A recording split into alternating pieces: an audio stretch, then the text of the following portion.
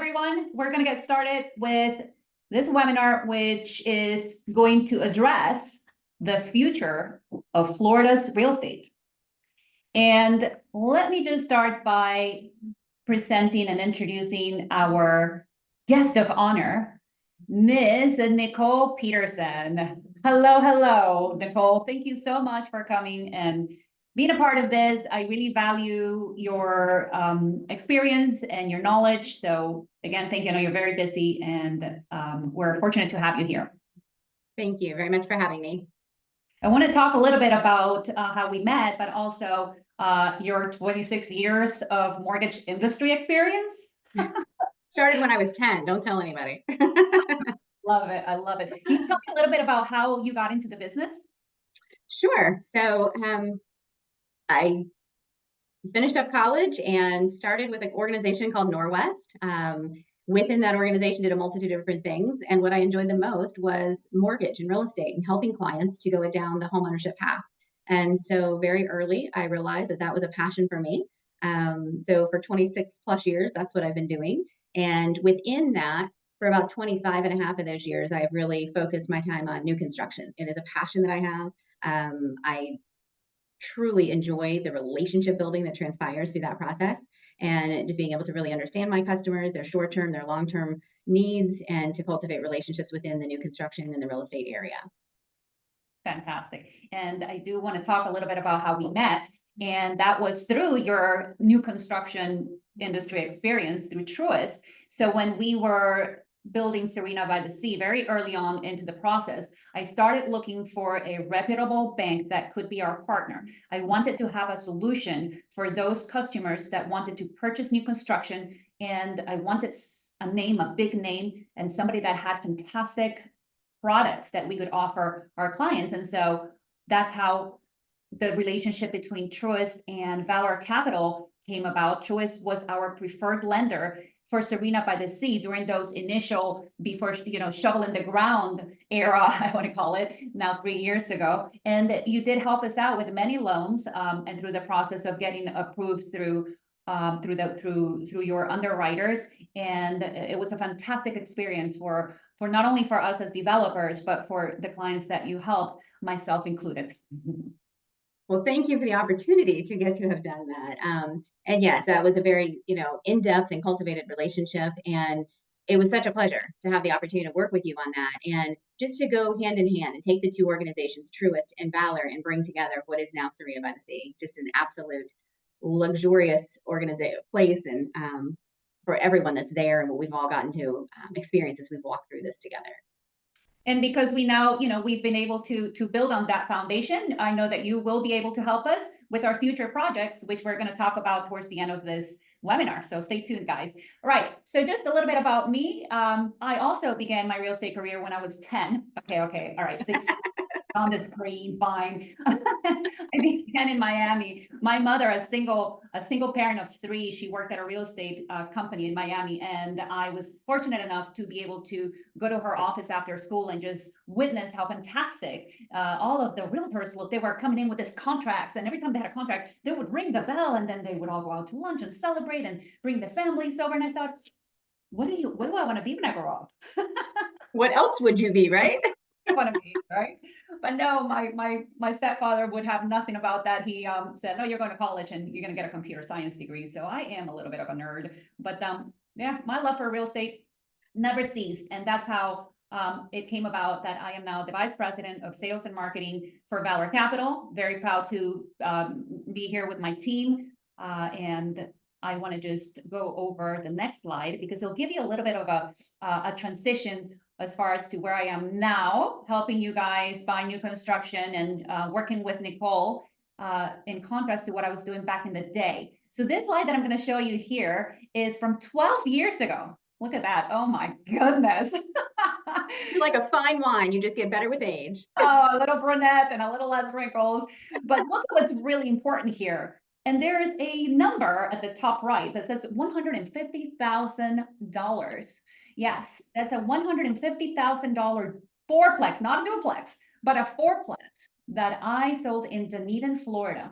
So let's just look at the property description just a tad, because you're going to see what these rents were doing back then. So this is important for us to look at. We had a cap rate of 12% with this rents of totaling 2,884.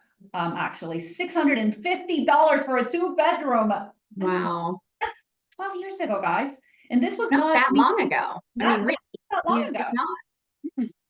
So I just wanted to give you guys a little glimpse at, what happened 12 years ago and where I was at when I was a traditional real estate transactions realtor. I am a licensed real estate agent. I own 2 brokerages here in Florida, and all I do is focus on building my team and helping my team sell this beautiful new development that Valor Capital is building. That's where I dedicate my time. But it's fortunate for me, my clients, and the developer that I have this experience to be able to tell you, I was here, guys. Okay, this isn't just some statistic that I'm showing you, which I will show you, but this is actually real life stuff that I actually witnessed. $150,000. I would snap 10 of these right now if they were available. But the truth of the fact is that there isn't. So this next slide shows you what, as of today, the need and income property market is doing right now. We have got no fourplexes in inventory, nothing, zilch, nada, nothing pending, nothing, zilch, nada. I ran a search for what fourplexes had sold within the last year, and this is what came up. Three income properties, fourplexes, like the one that I just showed you, that sold for $150,000. The closest one to that one would be 555,000 sold at 1301 North Lotus Drive, which is right in the area where the one that I sold, which address you can look it up, is 141 New York Avenue. And you can see what I sold it for. From 12 years ago, if I had that property on the market right now, I would list it for $500,000. That's what I would do. But don't be gone by the end of the day. Exactly. But don't just take it from me, because there's big guys out there that can tell you a lot more about the market. And let's talk about this life here. So remember, I told you I would show you boring stats. This is not so much a boring stat, right? It shows you what has happened within 30 years of a real estate market values. And you see these gray lines here. Those are market crashes, recessions, and whatever happened, this line keeps going up. And so we are up here right now. What do you think about this graph, Nicole? Can you talk a little bit about what you see here? Well, I mean, the first thing, Regina, that points out to me is, what are we seeing? We're seeing growth, right? We're seeing year over year. Yeah, we've got some adjustments there that are going to be common to be made. But when you look at real estate, it's on a positive trajectory. You're seeing growth. It's not going to cost you less to buy something, right? So taking that into appreciation, using that appreciation rather, and taking that into as a investment for yourself and your family, the numbers don't lie. They're right here in front of us. We're seeing year over year growth and an amazing use of your money for return on investment. You said something really important. You said for you and your family. And one of the things that I was thinking about this morning, Nicole, is, well, what am I really going to say, to our audience, and how am I going? Look, I don't have a crystal ball. All I'm going to do is tell you what happened when I was on the field working traditional real estate, what's happening right now while I'm on the field working new construction luxury real estate. Go and buy real estate. Go and buy it for yourself. Go and buy it for your children. Go and buy it for anyone you can, if you can. Mm-hmm. If you can't buy real estate, you should buy real estate, because the United States of America will become a renter's nation. In the future, their affordability, we just cannot keep up with it. Not keep up. So that's what I wanted to pinpoint the fact that you said your family. If you really think about where to put your assets and looking at this graph, I personally, Regina, with my background, I would definitely buy real estate for my family and myself. Absolutely. Yeah. So let's just talk about stats. Okay, here I go. On a national level, the appreciation rate has been around 3.8 per year during the last 30 years, according to a report by Black Knight. However, this average can fluctuate widely based on the specific period and location that you're examining. For a broader perspective, since 1991, the average annual home price increase has been reported at 4.3. This rate increased slightly to an average of 4.7 since 2000, and since 2012, the average rate has been even higher at 7.7%. So that's incredible, right? These figures really show how real estate appreciation can fluctuate over time on an upward trend, but that is definitely influenced by economic conditions, interest rates, as we know, and real estate housing market dynamics. So calculating future appreciation, it really involves considering these historical averages and applying them to the current value of a property. I'm going to give you an example, not using the one that I just showed you, but for instance, a home valued at $300,000 today, with an assumed annual appreciation of a modest 4%, would be expected to appreciate to around $972,000 over 30 years, marking a 224% increase in value. Now, I think that's really modest, Nicole. Gary, I showed you at the beginning of this webinar. Do you agree? Completely. I feel like you're using very conservative information, but yet if you look at that, just like we talked about, for your family, you buy this 30 years later, we don't know your short and long-term goals. Every person's on this, that's hearing this. However, for yourself, for your family, for your future, right here, you just 224% return on your investment. Sign me up. Yeah. Right now. I'll take two. Is no longer. I mean, renters nation. So hurry up and go and buy some property. Hey, Nicole can help you guys. Okay. I want to just talk about the Federal Housing Finance Agency and the house price index. So here at Valor Capital, we research the market like no other. We get really granular. And this is just one of many tools that we use in order to figure out what's happening and predict what's going on and which markets we're really going to get bullish on. So this tool is a comprehensive measure of the movement of home prices in our country. The index reflects changes in home values based on millions of home sales and refinancing transactions that date back to the mid-1970s. Because you've got to understand the past in order to understand the future, okay? So we have to study that and become educated about what happened in the past. It also includes data from 50 states and over 400 American citizens. Nicole, what do you think this organization uses to weight this values? From everything that I've learned, they use repeated sales that are statistical to analyze the house price transaction, right? So how do you think Case Schiller, I always say it with my accent, Schiller, you can say that a lot better than I can. Isn't this the same tool that they use? They do. And actually, I like the way you said it. I think it has a nice little ring to it. So yes, they do. They actually use the same analytics on, when they're measuring their data, which gives you more than one area to see that these numbers, like you said, you guys go very granular. You're going to do quite a bit of research as you're going into different areas, which obviously you're very much here. You're very embedded here in this area. And it just provides a broad and accurate indicator of house price trends in various different geographical locations. For sure. And this slide that I'm showing you right now gets granular regarding Tampa Bay. Tampa Bay at 8.3% over the last year. We're number 36 out of the top 100 metros area. This is a fantastic tool, you guys. I'm happy to give you this link so you can do your own research here. But this is not me telling you that house prices keep rising and that they will keep rising. This is the Federal Housing Finance Agency, the big boys out there that do all of the research day and night, just like we do.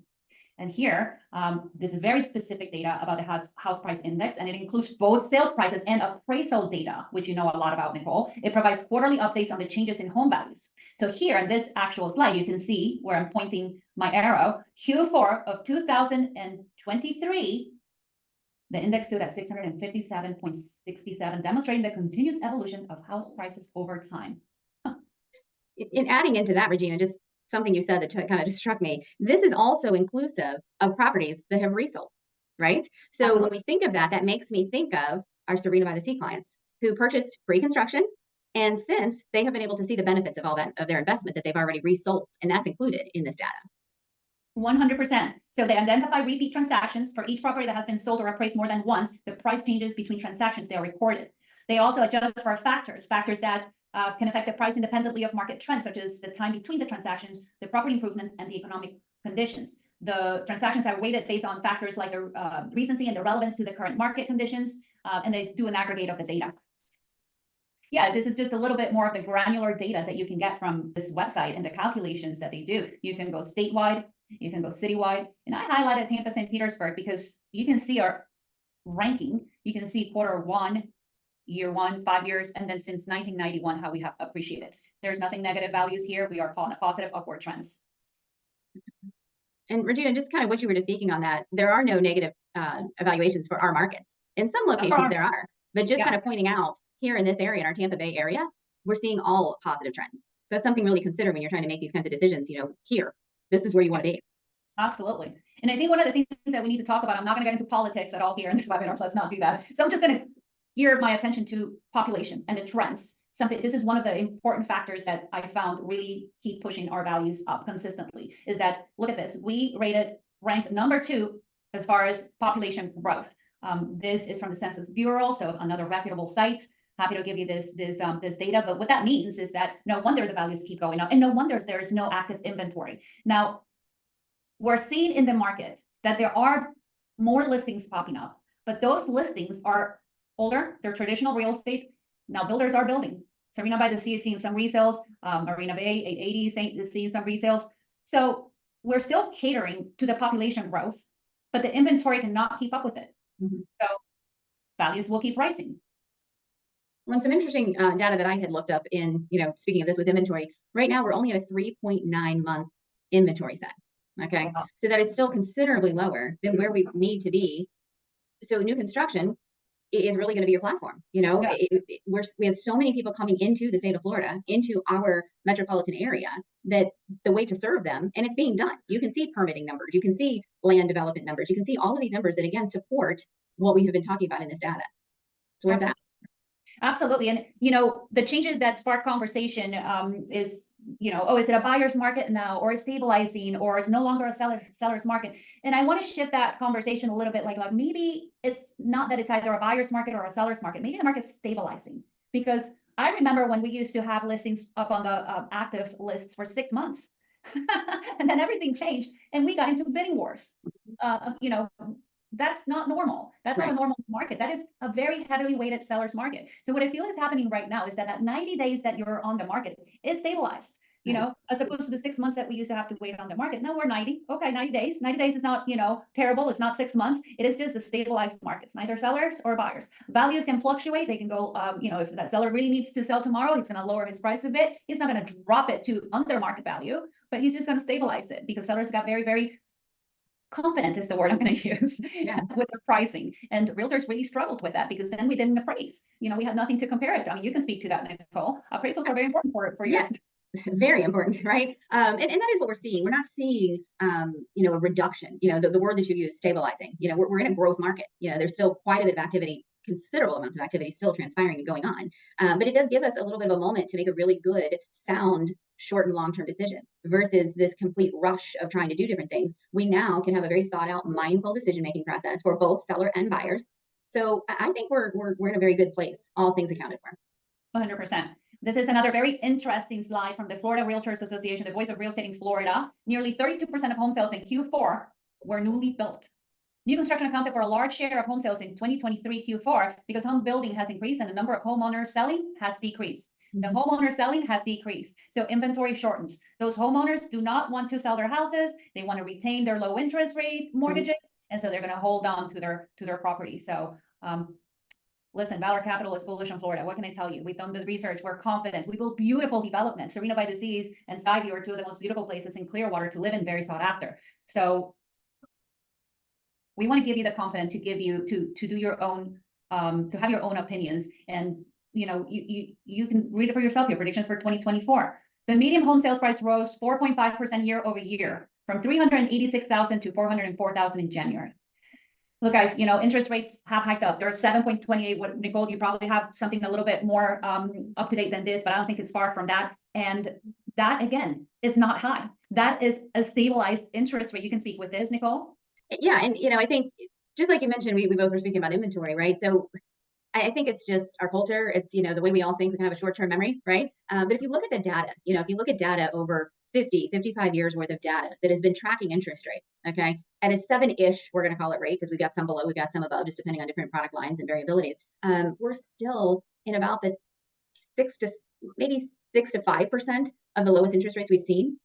That's still staggering good information. And, I think we've all probably heard it, it's marry the house, date the rate, which was kind of a little bit of a tagline, right? But there's truth to that. There's depth to that. If you're finding the home, you're finding the location that works for you, works for your family, works for your investment strategies.